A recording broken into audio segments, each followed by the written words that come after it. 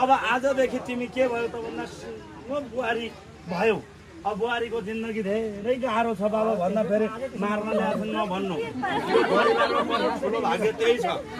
अर्को कुरा के छ भने अब यो घर बसाउनु भनेको छ मन्त्रले।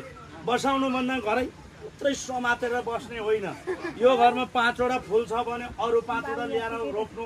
10 वटा फुल छ, 10 वटा फुलेपछि बगैँचा हुन्छ। तर हतारमा फेरि सासूले रोपेको उखालेर फाल्नु चाहिँ हुँदैन।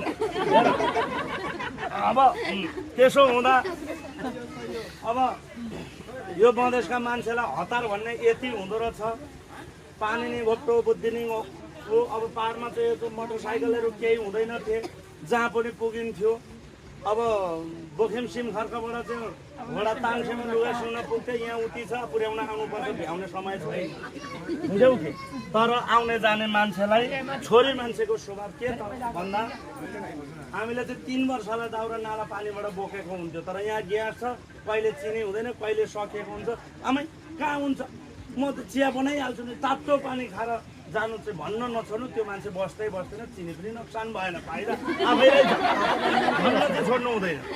अब त्यसो हुँदा बाबु अब कति उनलाई मात्रै भन्नु।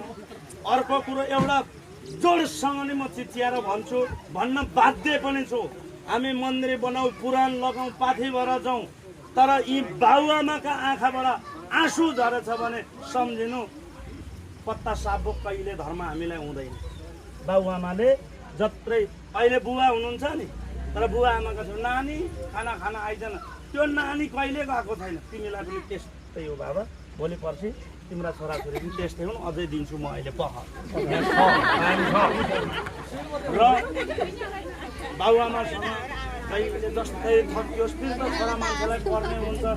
उता 20,000 तिरो, अर्को 90,000को आउँछ, उता 85,000को आउँछ, टेन्सन चाहिँ हुन्छ। तर गुन्द्रुकमा टन्न बाक्लो झोल ऐना देखिने होस्, भोजन पो गरौँ हो आमा बुवा भनेर यति शब्द बोलिदियो भने बाबुआमाले केही खोज्दैन भने। अब तिमी त भाग्यमानी मान्छे, यति राम्रो भाग्य, कुनै दिन कोही कुराहरू भकाथे। यहाँ हेर यस्ता पितृ भगवानहरू छन्, जय कल्याण छ, यी सधैँभरि रहिदिउन्, हामीलाई राम्रो हुन्छ।